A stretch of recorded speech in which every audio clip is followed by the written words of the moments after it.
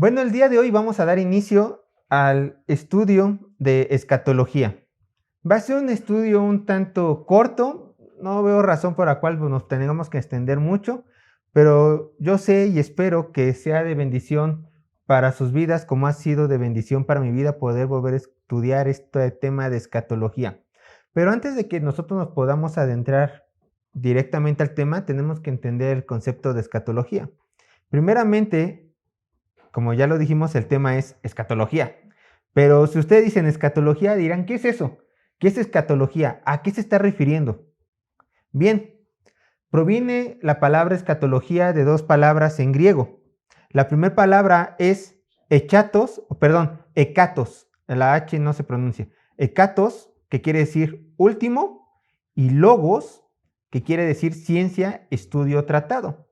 Por lo tanto, una definición podría ser de escatología, estudio de las últimas cosas o el estudio de los eventos futuros. Eso es la definición de la palabra escatología. Y yo les voy a mostrar el propósito de este estudio. Vamos a tratar de estas sesiones de cumplir con este propósito. Primeramente, lo que yo quiero hacer con ustedes es mostrarles las verdades bíblicas de los acontecimientos futuros y presentar las diferentes posturas escatológicas. Esto va a ser lo que va a regir todos nuestros estudios de los miércoles de aquí hasta que acabemos. ¿Alguna duda hasta este punto? ¿No? Bien. Pero antes de que nosotros podamos seguir avanzando con nuestros estudios, yo quiero decirles algo, que en este tiempo nosotros vamos a estar analizando varias posturas en las cuales el cristiano muchas veces no se ha puesto de acuerdo. Eso es lo que vamos a hacer el día de hoy. Analizar posturas en las cuales el cristiano muchas veces no está de acuerdo. Así es la escatología. Hay varias posturas.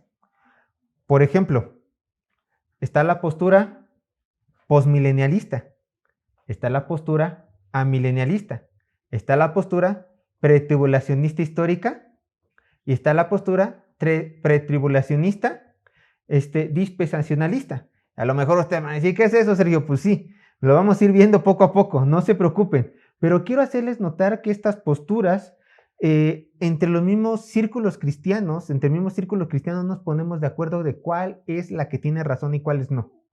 Y van a decir, bueno, ¿acaso la palabra de Dios no es suficiente para que haya una relación y haya un acuerdo entre todos los cristianos? Como por ejemplo, sabemos que la salvación no es por obras, es por gracia en Cristo Jesús. En esto todo cristiano tiene que estar de acuerdo. ¿Por qué? Porque lo dice la palabra de Dios explícitamente.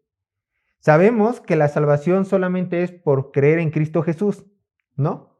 Por medio también del arrepentimiento, que el que cree en Cristo Jesús tiene que vivir una vida en santidad y en arrepentimiento. Esas son verdades centrales, universales, medulares. Pero en la escatología vemos que estas verdades no son centrales, no son medulares, sino como se trata de acontecimientos futuros, acontecimientos que van a pasar y por lo tanto no han pasado, entonces el cristiano no tiene mucha luz para poder decir esta postura es la correcta y estas no. No lo tenemos. Entonces, ¿qué es lo que hacemos nosotros? Nosotros vamos a presentar en este estudio las posturas, como ya lo dije, vamos a presentar las diferentes posturas y a pesar de que yo en lo personal me inclino por una y los animo a ustedes como parte de la Iglesia Cristiana Gracia Sublime, que son miembros, se inclinen por esa postura, yo tengo que admitir que las otras pueden también estar en lo correcto. ¿Por qué? Porque no han ocurrido estos acontecimientos y nosotros, ya que no hay una postura correcta, nosotros tenemos que ser muy tolerantes y amorosos con aquellos hermanos, hermanas, iglesias, ministerios que tengan posturas diferentes en el área de escatología. Tenemos que tratarlos con mucho amor. Yo he escuchado predicadores en internet que ellos dicen, o eres de tal postura o no eres cristiano. Y son pastores que yo admiro mucho. Y yo digo, caramba, o sea, entiendo su celo, entiendo su punto, yo no menosprecio su estudio y yo no soy nadie para menospreciar el estudio de nadie. y menos esos pastores tan reconocidos, pero una vez más, son posturas. Entonces, repito, y quiero esto que quede bien claro, el hecho de que algún hermano, hermana, ministerio, persona, pastor, tenga un punto diferente que nosotros con respecto a la escatología, no va a ser que no sea cristiano, no va a ser que pierda su salvación, no es menos santo que nosotros, sino simplemente en esta área que no es central, que no es medular, tiene un punto de vista diferente. Ellos ven algo más en la palabra de Dios que a lo mejor nosotros no hemos visto. O quizá, también quizá, ellos aún no tienen el estudio suficiente para alcanzar a ver lo que nosotros ya hemos visto. Entonces hay que ser muy tolerantes con todas estas personas. Y pido que me tengan tolerancia a mí, que voy a presentar por lo menos las 4 posturas escatológicas principales el día de hoy. El estudio, va a ser de la siguiente manera, y de una vez se los comparto. Primeramente vamos a ver las 4 principales posturas en las cuales los cristianos no estamos de acuerdo. Y posteriormente vamos a ver las áreas, la doctrina en la cual todos los cristianos sí estamos de acuerdo. Sonará contradictorio, pero hay verdades en las cuales sí estamos de acuerdo. Les adelanto una: el regreso de Jesús, su segunda venida. Todo cristiano sabe que Cristo va a regresar. Todos estamos de acuerdo en eso. El problema es cuándo. Ese es el problema. Eso es lo que separa a una postura de otra. Y puso un ejemplo. Entonces, primeramente vamos a ver las doctrinas en las cuales no todos estamos de acuerdo, y posteriormente las doctrinas en las cuales sí estamos de acuerdo. Y el día de hoy solamente vamos a ver una de las posturas. Recuerden, es una postura y es el postmileniarismo. Antes de continuar, ¿alguna duda hasta aquí? ¿No? ¿Todo quedó claro? Bien. Entonces recuerden que hay 4 posturas predominantes en la escatología: postmilenialismo, amilenarismo, dispensacionalismo histórico y pretribulacionista, histórico y pretribulacionista dispensacionalista. Son 4 las posturas. ¿Pero va a salir así uno por uno? Sí, las voy a dar una por una. Voy a dar una por una. Y cada sesión voy a dar una diferente. Para que ustedes tengan todo este conocimiento, yo los voy a animar a la postura que yo creo que es la más apegada a la Biblia, a que crean en eso, pero mi motivo con esto es de que ustedes puedan ver esto, considerar todas las posturas, y a raíz de tu estudio bíblico, ustedes pueden decir: Sergio, considero que la postura en la cual tú te inclinas es correcta, o Sergio, yo creo que esa es esta postura. Yo te voy a decir: bueno, estudia. Les voy a comentar una vez lo que nos dijo el profesor, el director de Seminario Bíblico Palabra de Gracia, Alejandro y a mí. Como sabrán, Alejandro y yo estudiamos allí. El director en aquel entonces, hoy en día, es Antonio Ortega. Y una vez nos acercamos mi hermano y yo, Alejandro, a él, y le dijimos, creo que nos estamos orillando por la postura amilenarista. A pesar de que ellos son premileniaristas, dispensacionalistas. Y él dijo: Sergio, Ale, estudien mucho, estudienlo bien. ¿Por qué? Porque ustedes escuchan a alguien que es amilenialista y van a decir: ya soy amilenialista. Estudian a alguien, ven una predicación de alguien que es milenialista, y ustedes dicen: pues ya soy pretribulacionista. Dicen: estudien bien. Dice: porque esto de las posturas escatológicas pues requiere de mucho estudio. Bueno, así nos dijo, y eso es lo que Alejandro y yo nos hemos estado basando. Pero bueno, ya que si no tienen ninguna duda, el día de hoy vamos a ver el postmilenarismo. Y el término postmilenarismo habla de que Cristo regresará después del milenio. Post es después. Aquí vemos post. Algunos lo escriben post sin la T, otros lo escriben con la T. Bueno, pero esto quiere decir después. Después, milenarismo, milenio. Después de milenio. ¿Qué va a pasar después de milenio? Después de milenio va a regresar nuestro Señor Jesucristo en su segunda venida. Entonces, ¿qué enseña el postmilenarismo? ¿Qué enseñaría? Esta postura escatológica enseña que gracias al poder del Evangelio y de la predicación constante de los cristianos, o sea, los hijos de Dios, el mundo cada vez más se volverá a la imagen de Dios, más y más santo, que el mundo se volverá gracias a la predicación más y más santo. Y esto, por supuesto, es una postura muy optimista, muy optimista. ¿Por qué?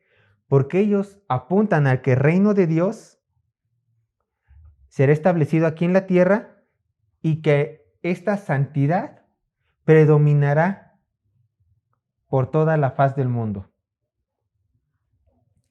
¿A qué grado, Sergio? Bueno, a tal grado de que la misma sociedad será cada vez más cristiana. Será cada vez más cristiana y menos pagana. Esta postura, quiero comentarles, del postmilenialismo, tomó fuerza en el siglo XIX. Y esto es algo muy importante, porque antes no había milenialistas, no había pretribulacionistas, ¿no? Sino que en el siglo XIX esta postura era la predominante. A lo mejor hoy en día no, pero en un momento de la historia esta postura fue la predominante. ¿Por qué? Porque si ustedes recordarán sus clases de historia, qué pasó en el siglo XIX, había un mayor progreso de ciencia, de la cultura, un mayor incremento en la vida en general y también había un mayor incremento del evangelio en todo el mundo. Entonces, la gente volteó a ver esta postura y dijo, bueno, puede ser que sí, puede ser que realmente este mundo cambie para mejor y que este mundo deje el pecado y que busque lo santo. Ellos llegaron a pensar esto. Recuerden, hoy en día también hay postmilenialistas, ya hay muy pocos, pero hoy en día sí encontramos algunos. Bueno, vamos a dividir los puntos de vista del postmilenialismo en diferentes áreas. Primeramente vamos a ver qué dice el postmilenialismo del milenio. ¿Qué dice el postmilenialismo del milenio? Bueno, ellos piensan que este periodo de 1000 años que se habla de Apocalipsis, en los cuales, si ustedes recordarán, dice que habrá 1000 años de paz y que Satanás va a ser encarcelado. Esto lo encontramos en el libro de Apocalipsis, en los últimos capítulos. El postmilenialista, al leer este pasaje, dice, bueno, yo creo que ese pasaje no es literal y yo creo que a la luz de lo que encuentro en las Escrituras, el milenio se mezcla con nuestra era y nosotros tenemos que hacer que ese milenio vaya recorriéndose hasta la segunda venida de Cristo. Entonces, si le preguntas a un postmilenialista, ¿cuándo va a ocurrir el milenio? Él va a decir, ya estamos viviendo el milenio. Hoy en día, esta sociedad ya está viviendo el milenio. ¿Y quién es el encargado de hacer que el milenio se esparza en la tierra? Ellos dirán, son los hijos de Dios. ¿Por qué? Porque entre mayor prediquen el evangelio, más este mundo se va a parecer a la imagen de la nueva Jerusalén. Más este mundo se va a parecer a la imagen de Dios. Entonces, si estamos viviendo el milenio, los postmilenialistas dicen que progresivamente el mundo va a ser más santo y el pecado va a ser la excepción en la vida de las personas. Esto es lo que ellos dicen. Una vez más, ellos son muy optimistas. Las personas que están en esta postura son pero muy optimistas. Ellos realmente creen que tarde o temprano los valores cristianos se van a meter en la sociedad y van a hacer una revolución social, en el buen sentido de la palabra, a tal grado que instituciones gubernamentales como privadas van a adoptar valores cristianos y los van a esparcir alrededor del mundo. ¿Alguna pregunta con respecto a esto? ¿No? ¿Ninguna? Bueno, entonces, en el milenio podemos encontrar algunas cosas interesantes que podemos resaltar de esta postura. Primeramente, la naturaleza del milenio. Como aquí les pongo. Primeramente podemos ver la naturaleza del milenio. ¿Cómo será el milenio? De acuerdo a la postura postmilenarista. ¿Cómo será el milenio? Bueno, el milenio, ya que lo estamos viviendo en esta era, no es diferente a lo que nosotros vivimos hoy en día. Sí, será un tiempo con menor pecado, es un tiempo con menor pecado, pero las vidas humanas siguen normales. ¿Cómo? Seguimos siguiendo a la escuela, seguimos trabajando, se siguen casando, se siguen criando hijos. O sea, simplemente es un periodo, hoy en día estamos viviendo, si esta postura es la correcta, hoy en día estamos viviendo un periodo en el cual ya está aquí el milenio. Podemos ver que poco a poco el evangelio va creciendo y poco a poco el pecado se va haciendo menos en este mundo. La maldad se va disminuyendo en este mundo, pero con un ritmo de vida igual como el de ahora. ¿Alguna duda? ¿No? Bien. Entonces, punto número 2 del milenio, el progreso del evangelio. Los postmilenaristas afirman que el evangelio tendrá tanto impacto en este mundo que los hijos de Dios van a esforzarse tanto en compartir el evangelio que todas las personas de este mundo, todas las personas conocerán el mensaje de Dios y que cubrirá, por lo tanto, este mensaje toda la faz de la tierra, haciendo que todos los reinos, todas las naciones vean a Cristo como Señor, con unas cuantas excepciones. Y lo repito, unas cuantas excepciones. Y como siempre, algunos podremos decir, demuéstramelo con un versículo. Yo en estos momentos les voy a enseñar algunos versículos que las personas cristianos ocupan al presentar esta postura, ¿no? Vuelvo a repetirlo, no es mi postura, no es la postura en la cual yo creo, pero les voy a decir los versículos que ellos ocupan para sustentar esta postura. Primeramente, Zacarías capítulo 9, verso 10. Y estos versículos nos van a hablar de cómo ellos ven que el evangelio realmente se va a extender por todo el mundo. Zacarías capítulo 9, verso 10. Y lo repito una vez más.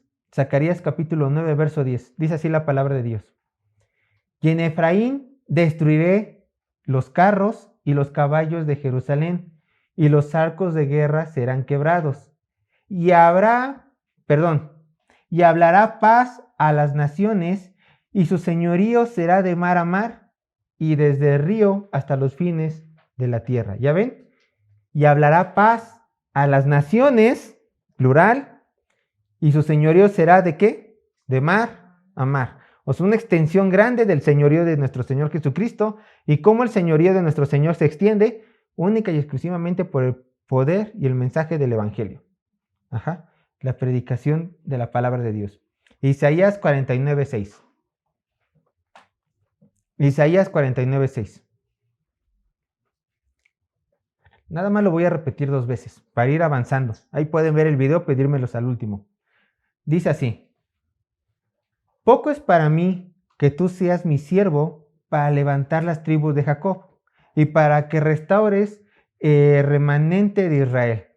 También te di por luz a las naciones para que seas mi salvación hasta lo postrero de la tierra. Ya ven, una vez más, extensión del evangelio. Números 14, 21. Números 14, 21. Mas tan ciertamente como vivo yo, y mi gloria llena que toda la tierra. La gloria del Señor llenando toda la tierra. Salmo 47, verso 2 hasta el verso 8. Salmo 47, verso 2 al verso 8. Dice así la palabra de Dios. Porque Jehová el Altísimo es temible, Rey grande sobre toda la tierra. Escuchen. Él someterá a los pueblos debajo de nosotros y a las naciones debajo de nuestros pies. Él nos elegirá nuestras heredades, la hermosura de Jacob, al cual amó. Selah. Subió Dios con júbilo, Jehová con sonido de trompeta. Cantad a Dios, cantad, cantad a nuestro Rey, cantad. Verso 7. porque Dios es el rey de toda la tierra. Cantad con inteligencia. 8. Reinó Dios sobre las naciones. Y Salmo 110, verso 1. Salmo 110, verso 1. Jehová dijo a mi Señor, siéntate a mi diestra hasta que ponga tus pies, hasta que ponga a tus enemigos por estrado de tus pies. Una vez más, todos estos pasajes bíblicos encontramos que hay un sometimiento de la tierra al señorío de nuestro Señor Jesucristo. Nuestro Señor somete toda la tierra. ¿Por medio de qué? De la evangelización. Entonces, cuando los postmilenaristas ven estos versículos, ellos dicen, pues es evidente que todo el mundo, que toda nación caiga rendida al poder del evangelio. Hay que echarle ganas. Esto dicen los postmilenaristas. Pero hay un tercer punto con respecto al tema del milenio, de cómo lo ven los postmilenaristas, que nosotros tenemos que observar, que es el progreso en el mundo. ¿Se acuerdan que les había comentado que esto había sido, esta postura nació alrededor y tuvo su mayor auge en el siglo XIX, donde realmente el mundo estaba siendo bendecido por medio de diversos progresos? Bueno, ellos siguen viendo este progreso como algo bueno que da pie a que realmente estemos viviendo en el milenio. ¿Cómo? En el ámbito espiritual, los postmilenaristas dicen, en el ámbito espiritual, hay más iglesias cristianas en el mundo, hay más cristianos por ende, la Biblia se encuentra traducida en muchos idiomas, hay cada vez más producción de las mismas, hay cada vez más en aumento de Biblias en el mundo, hay más seminarios de sana doctrina en el mundo, fieles a la palabra de Dios y listos para capacitar en su ministerio a las personas. Entonces podemos ver que espiritualmente hay un progreso. Antes solamente había una iglesia por ciudad, antes solamente había una Biblia, a lo mejor por familia, y ahora vemos que hay cientos de iglesias en ciudades, por ciudad, hay miles y miles de Biblias en las estanterías de nuestras casas, a lo mejor y también de las librerías cristianas. O sea, realmente hay un progreso espiritual. Y una vez más repito esto, las personas del siglo XIX veían esto más palpable porque en el siglo XIX vivieron dos grandes hombres de Dios, que ya los hemos analizado en otro estudio, Jonathan Edwards y George Whitefield, encargados de llevar el gran avivamiento de Inglaterra y de Estados Unidos. Entonces, cuando la gente veía las predicaciones de estos grandes hombres y veían las masas y masas y masas que llegaban a Cristo, decían, algo está cambiando espiritualmente. Y sin lugar a duda, el Señor va a seguir bendiciendo hasta su regreso con este poder del Evangelio. Además, también hay otro progreso en el mundo. No solamente hay un progreso espiritual, sino también hay un progreso material.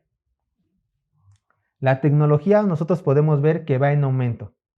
Yo sé que muchos, a lo mejor, y hoy no es el tema, a lo mejor no están de acuerdo con las vacunas del COVID-19. De hecho, Alejandro y yo hemos escuchado a hermanos cristianos que no se han vacunado porque nos han dicho, yo no me he vacunado porque estas vacunas no sirven, son solamente una prueba, son un experimento.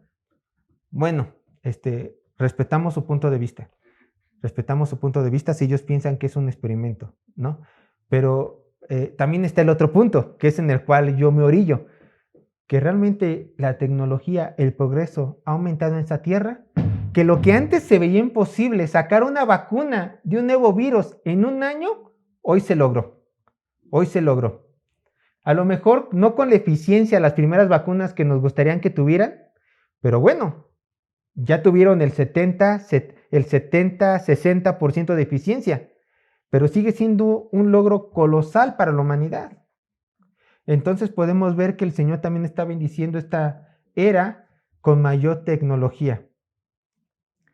Y cuando ven estos tres puntos, la naturaleza del milenio, el progreso del evangelio y el progreso en el mundo, cuando los posmilenaristas ven estos tres puntos, dicen, sin duda estamos viviendo el milenio.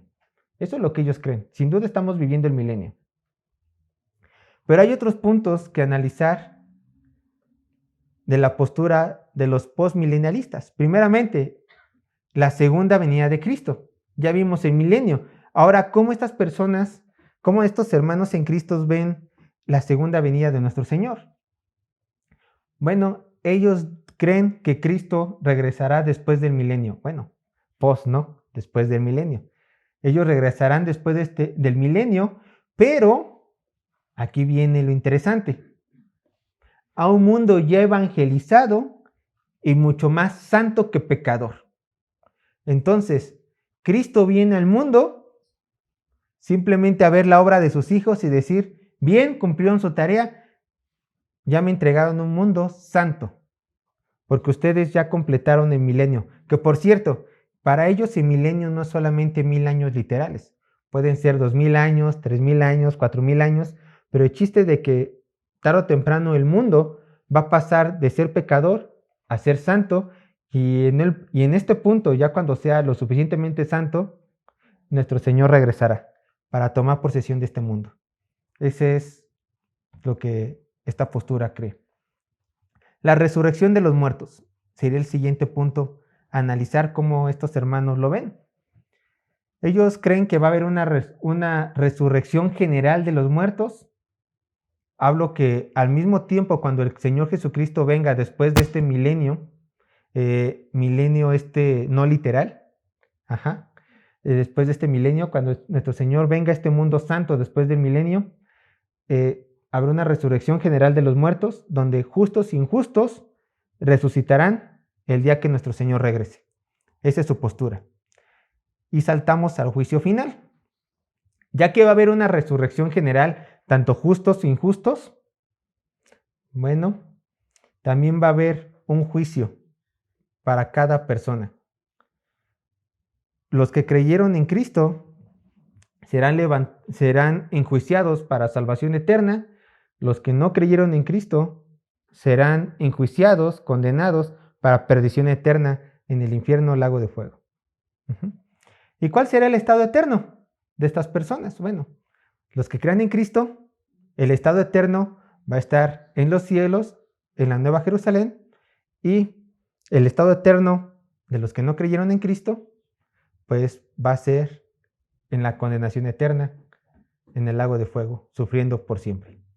¿Una duda hasta aquí? ¿No? Recuerden que ahorita solamente estamos analizando esta postura, la postmilenarista. Bien.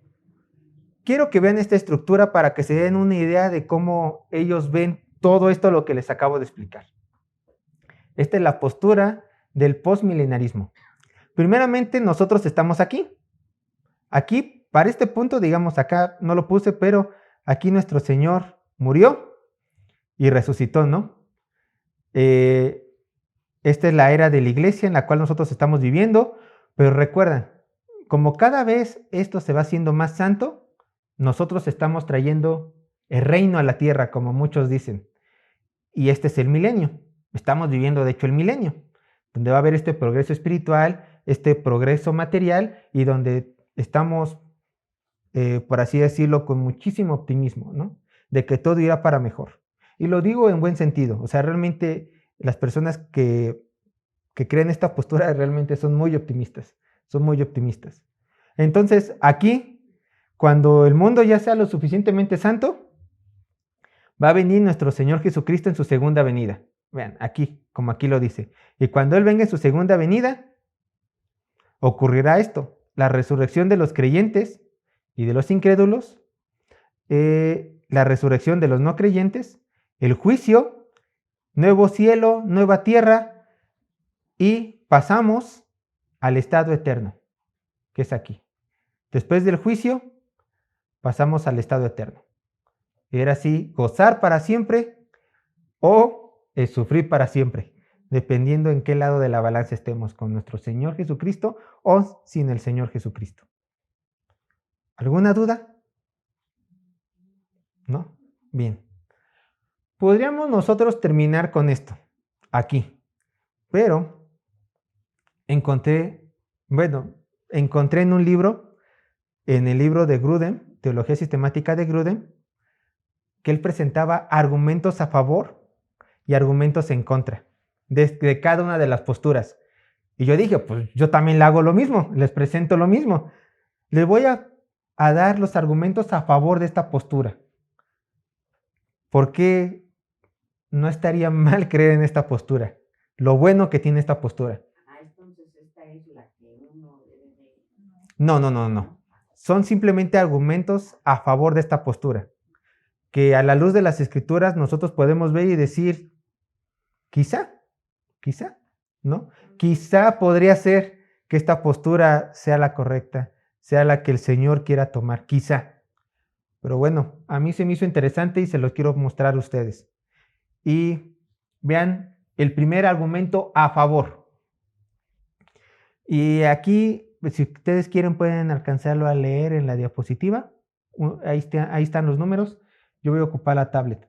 Primeramente, la gran comisión será llevada a cabo con poder y autoridad sobre la tierra, lo que llevará a la aceptación de Cristo en todo el mundo. Y fíjense, esto es muy interesante.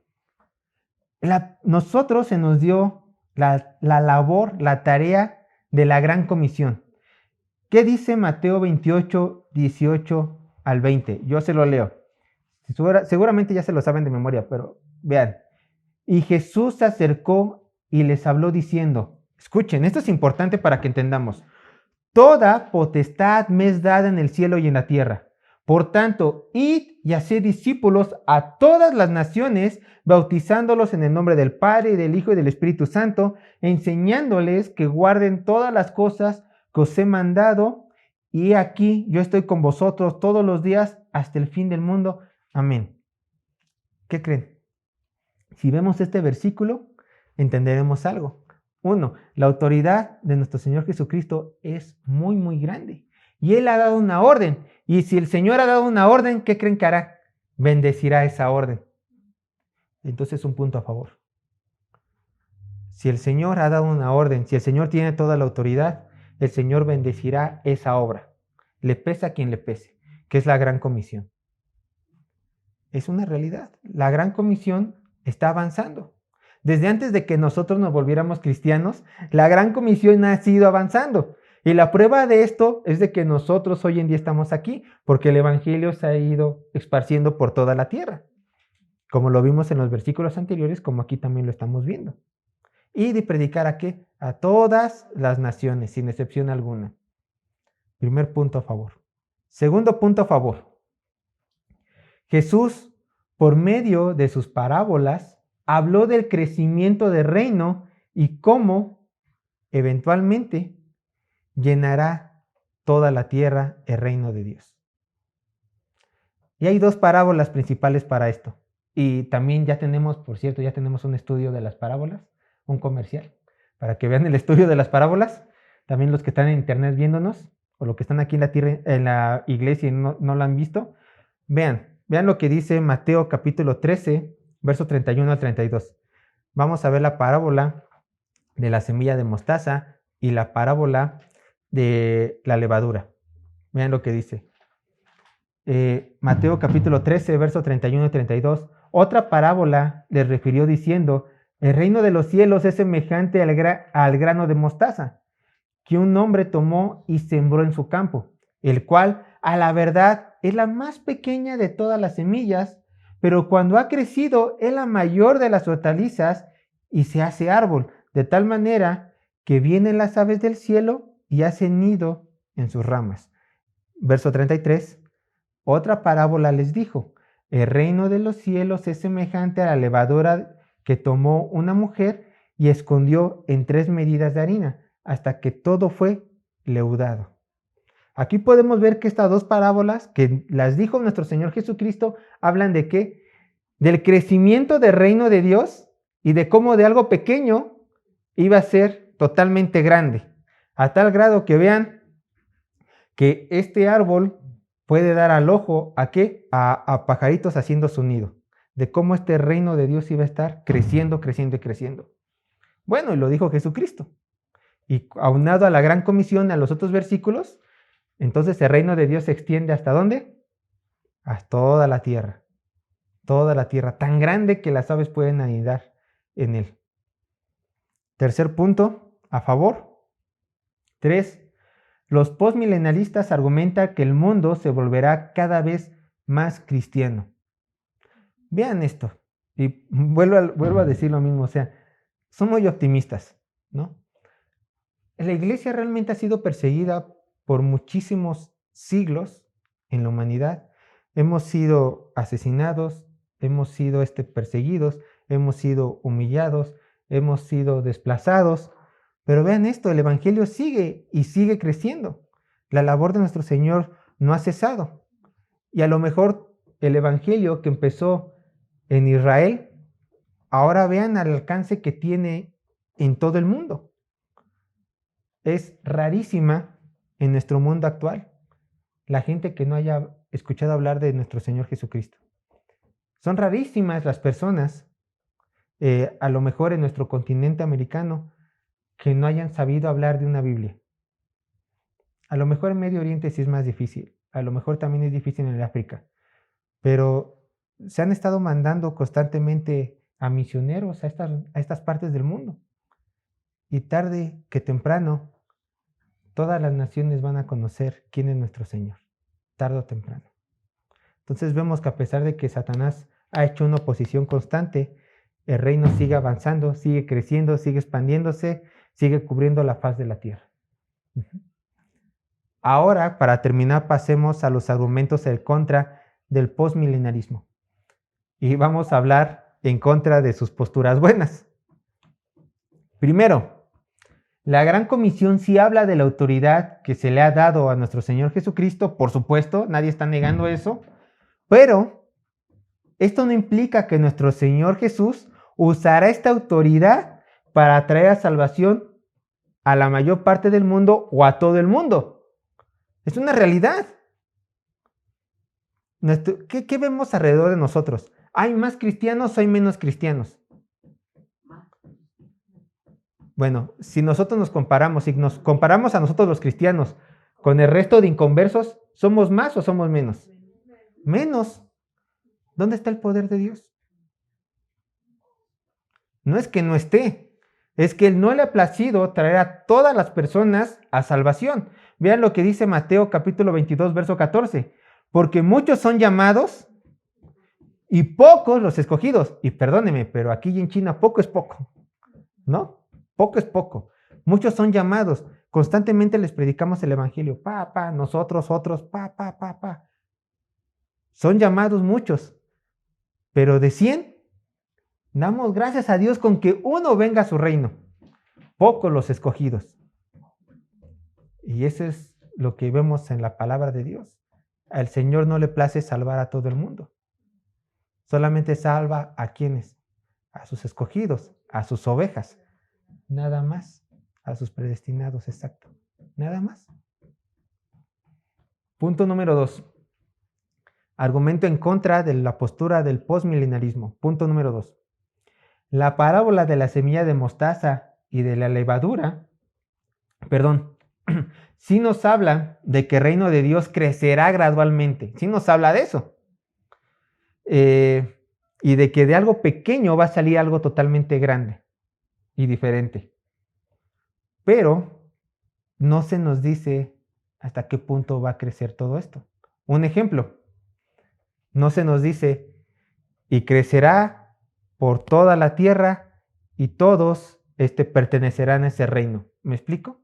Simplemente estas parábolas hablan de cómo el reino de Dios empezó pequeño y va a terminar siendo algo grande, glorioso, majestuoso, que sí, conocido y reconocido en toda la tierra. Pero jamás nos habla de que este reino va a influir en los corazones de todas las personas. No habla de eso. Simplemente habla de cómo de algo pequeño va a ser algo grande. Solamente nos habla de eso. Y sí, es una verdad. Va a cubrir toda la tierra. Pero no dice que va a permear en los corazones de todo el mundo. Y que a raíz de esto, del crecimiento del reino, todos van a ser cristianos. No lo dice. No dice eso el texto. Y punto número 3. Con respecto al argumento de que el mundo se está volviendo más cristiano, lo que vemos a nuestro alrededor nos muestra que realmente el mundo se está volviendo más malvado, más pecador. Es una realidad. No es como la postura del postmilenialismo lo ve. Quizás ellos, por las predicaciones de Jonathan Edwards, John Whitfield, al ver estos grandes avivamientos dirán, caramba, y ver el progreso de la ciencia dirán, caramba, el mundo va a ir a mejor. Pero después llegó la Segunda Guerra Mundial, la Primera, Segunda Guerra Mundial. Y guerra tras guerra, guerra tras guerra. Ahorita en México estamos viviendo una situación muy difícil de violencia. Ahorita en el año 2022. Y entonces vemos que el mundo va de mal en peor. Y aún las escrituras dicen que el mundo va a ir de mal en peor. Vean, Mateo capítulo 24, verso 9 al 13, dice así. Mateo capítulo 24, verso 9 al 13, dice lo siguiente. Entonces os entregarán a tribulación y os matarán y seréis aborrecidos de todas las gentes por causa de mi nombre. Muchos tropezarán entonces y se entregarán unos a otros se aborrecerán. Y muchos falsos profetas se levantarán y engañarán a muchos. Y por haberse multiplicado la maldad, el amor de muchos se enfriará. ¿Se dan cuenta? Aquí nuestro Señor Jesucristo dice que a raíz de que la maldad irá en aumento, el corazón de muchos, ¿qué pasará? Se enfriará. Y segunda de Timoteo capítulo 3, verso 1 al 5, segunda de Timoteo capítulo 3, verso 1 al 5 dice lo siguiente. También debes saber esto, que en los postreros días, que por cierto ya estamos viviendo los postreros días, vendrán tiempos peligrosos, porque habrá hombres amadores de sí mismos, ávaros, vanagloriosos, soberbios, blasfemos, desobedientes a los padres, ingratos, impíos, sin afecto natural, implacables, calumniadores, intemperantes, crueles, aborrecedores de lo bueno, traidores, impetuosos, infatuados, amadores de los deleites más que de Dios, que tendrán apariencia de piedad, pero negarán la eficacia de ella. A estos evita. Entonces vemos que lejos de que estas personas sean la excepción, cada vez hay más y más y más y más. Estos serían los argumentos en contra del postmilenarismo. Y con esto terminaríamos la sesión del día de hoy. Recuerden, estas son posturas. Está bien conocerlas todas. Así que esta será la modalidad en las siguientes sesiones. Dios les bendiga.